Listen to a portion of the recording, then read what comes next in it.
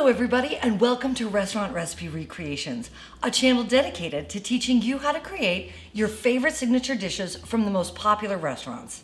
And in this episode, I'm going to be teaching you how to recreate the Southwest egg rolls from Chili's Bar and Grill. And this video recipe also happens to be a viewer request from Madam's Island. So Madam's Island, I hope you enjoy the video. And by the way, if you have a restaurant or a recipe that you would like me to feature, go ahead and drop it in the comments section below. I promise I'll take a look at it. But make sure that you hit the subscribe button and the notification bell so that when your episode comes up, you'll be notified. So let me tell you everything that you're going to need for these Southwest egg rolls so that you can get all of your ingredients ready before we get into the recipe making process. Now, Chili's refers to these as egg rolls, I think probably because they're shaped like an egg roll, but they're not really an egg roll in the traditional sense in that they're not made with egg roll wrappers. Instead, they're made with flour tortilla.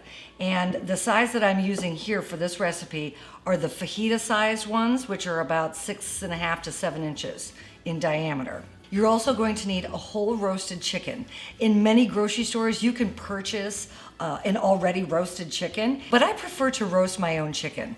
So if you prefer to roast your own chicken like I do, this is about a 3.5 to 4 pound chicken that I roasted last evening just to give it a chance to cool. And it was roasted in the oven at 375 for about an hour and 15 minutes. Of course, with just some light seasoning. I brush it with a little bit of olive oil, some salt, and cracked black pepper. And for the rest of the egg roll filling, you're going to need frozen spinach.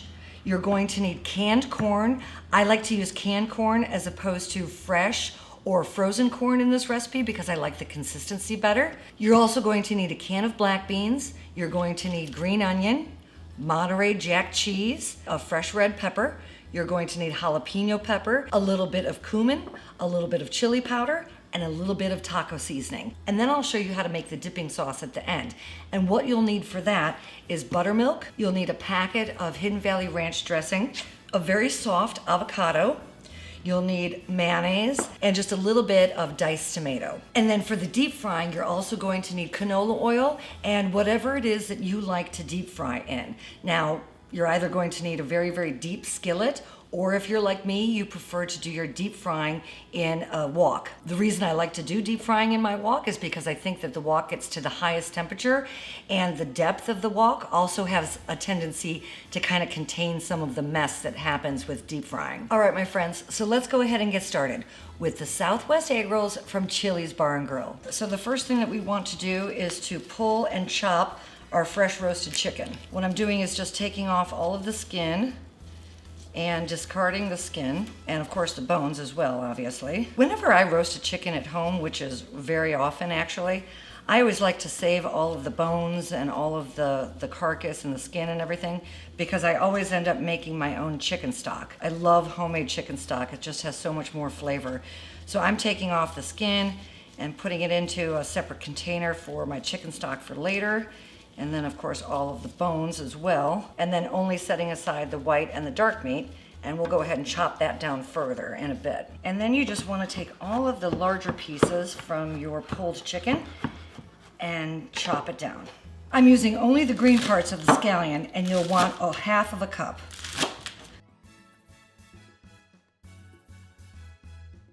Onto the red pepper, of course. You're going to use one whole red pepper. You want your red pepper in a 1/4 inch dice or smaller. And now one large jalapeno, fresh, seeds, stems, and ribs removed, and you want this jalapeno to be minced. However, if spicy's not your thing and you want to leave the jalapeno out entirely, feel free to do that. If spicy is your thing, like me, and you want to kick it up, then add 2 jalapenos. Now we're going to grate 8 ounces of Monterey Jack cheese. Now we need to saute all of our egg roll ingredients together. So on a medium-high heat, add a little bit of olive oil to the bottom of your pan. Once the oil is hot enough, add the jalapeno pepper, the red pepper, and the scallions. And we're going to saute those until softened. Once the peppers have softened, add the chopped white and dark meat chicken. Now we're going to add 1 can or 15 ounces of the canned corn.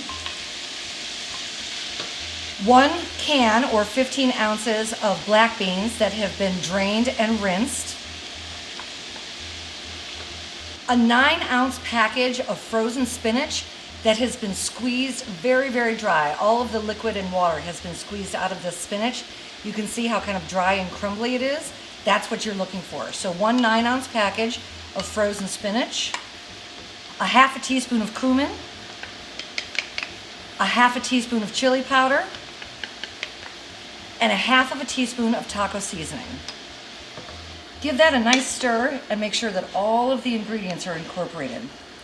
And really, you can use this filling for any number of things. You don't have to stop at just the egg rolls. This would be a fantastic taco or burrito filling.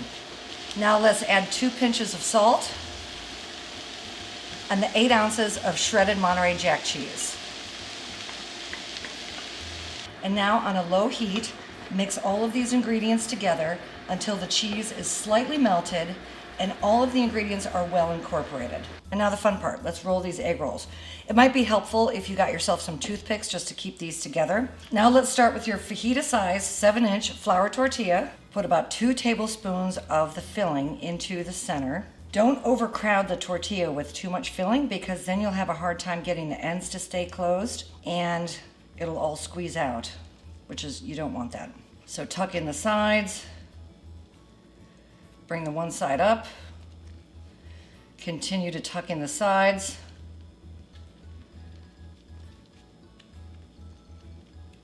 and then close it on the ends with 2 toothpicks.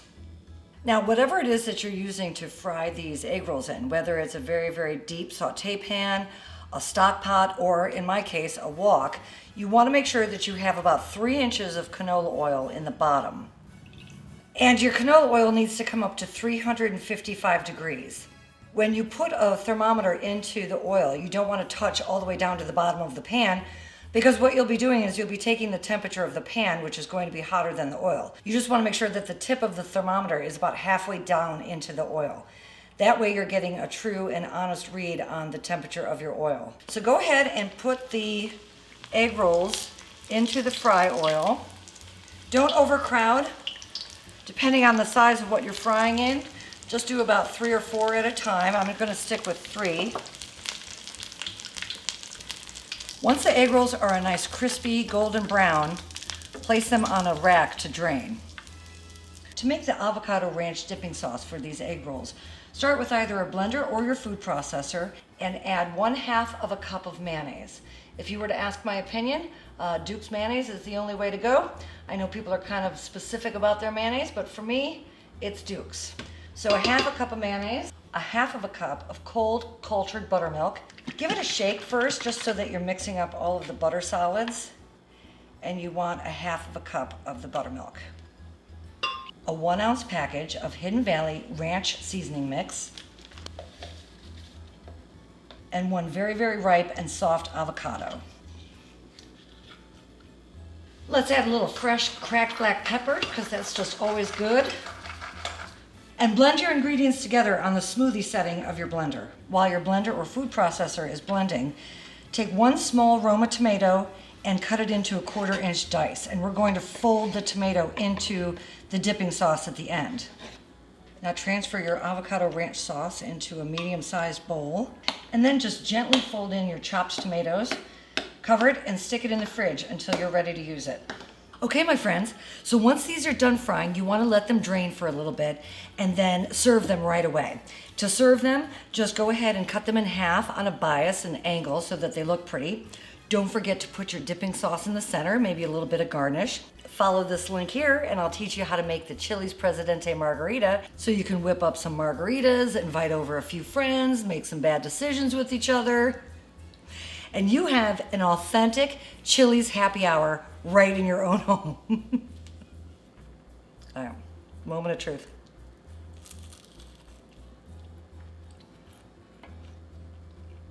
That's it.